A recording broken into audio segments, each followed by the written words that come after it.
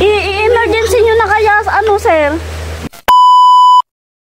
Ayan mga kalabi, nandito naman tayo sa tindahan ni Ate Irene. Aileen. Aileen.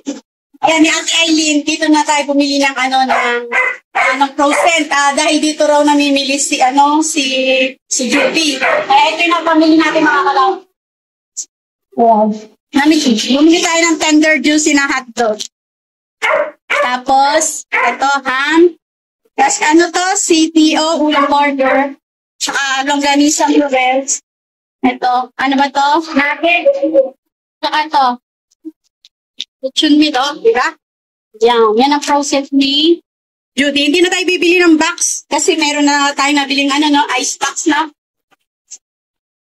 Tapos, mamimili naman tayo ng bigas at saka groceries para ka lang. Bali, 590 po. Ayan. 500. Ito. Frozen natin, 590. Ayan mga kalabi, nandito naman tayo at bumili tayo ng bigas. Ito, buko pandan. At ito po ay 880. At ayun, nire-resibuhan tayo ni sir. Kaya sa mga gusto pong bumili ng bigas, nasa na yung pangalan ni sir? Tsaka dito, ang daming itlog. Dito lang to sa Alauli, madam. Gum trading issue. Pa? Gum trading. Gum? Ito. Ay, ito! Ipakita ko na yan! Ito pala. Ayan pala. Ayan. Tsaka marami, supplier din sila ng mga itlog din, ayan, no? Location nila dito sa Barangay Alauli, dito sa Labasan. Anong building ba to? Tuason Building. Tuason Building.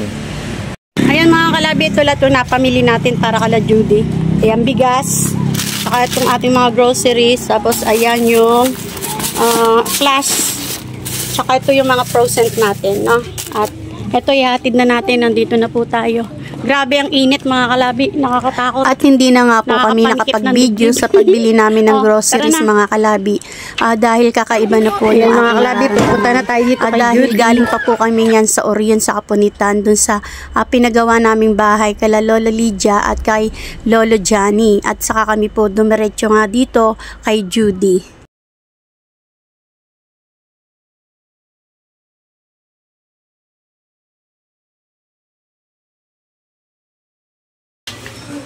Hello, Kuya! Ay, si Kuya Kiran. Andito sila, Judy po? Andiyan. Apa. Tao po! Tao po! Tulog yata. Judy! Hi! Aba!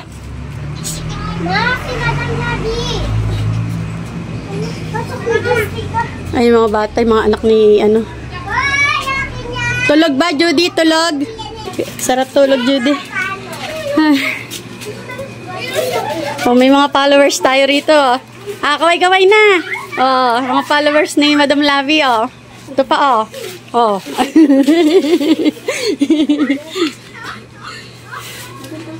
ang init yata dito sa inyo. Ay, ito si Baby Michael. Nandito kami at siyempre, colostomy bag ni wala nang colostomy bag yung baby natin. At saka, mo na ba siya, Judy? Hindi pa nga po, madam, kasi nag-ano siya kanina. Nag-ano ko sa teleconsult kanina, madam. Ay, meron pala! Pero dala grocery. Nakalimutan ko, kinausap ko na si Judy. Ayan. Ang init? Ang init sa inyo? Kumusta pala yung niya? Ano mo na siya, Judy? Okay. Ipatawag dito, i-telecom na muna siya para siya. Kaso nga lang, hindi makunta ko na. Di ba na na yan? Na-schedule na yan? Oo nga po, pero pero sabi sa akin kasi nung huling punta ko doon, pag magaling na yung anak ko, ibalik ko daw po. Kaso kailangan talaga, hindi naman siya po pwedeng ura-urada, babalik tayo doon. Ngayon, magaling na siya. Ika-teleconsult ko po uli siya. Hindi po pwedeng... Pero may record siya doon? May record po. Pero kailangan na yung doktor talaga magsasabi ng schedule. Oo nga, mo Judy, Yung pinaka-concern natin yan, yung anak mo, Judy, ha? Dahil kaya nakilala ka namin dahil sa anak mo. Pukusan mo yung concern mo sa anak mo. Huwag mong babaliwalain at saka huwag niyong sayangin yung time. Dahil ang mahalaga yung buhay ng anak mo, ha? Wala nang iba. Kasi itong iba, kayo, tayo, malakas naman tayo. Ayan, nandito kami kila Judy. Hinimatay na naman si Madam. Ayan, oh. Tutukan mo ang ganito. Hinimatay si Madam. Natumba. O yun, sasabihin naman iba, nakapag-video pa. Binidyo ko lang para alam niyo yung sitwasyon ni Madam. Ayan, oh.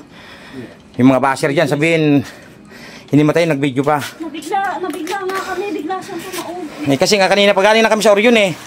Nag-vlog na rin kami roon. Ay, napagod siya, ano. Oh, inom kang tubig.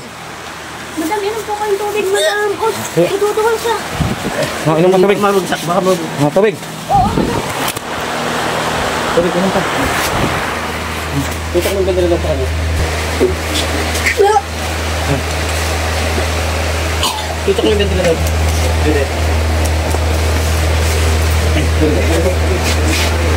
I-emergency nyo na kaya, ano, sir? Mainit. Mainit kasi.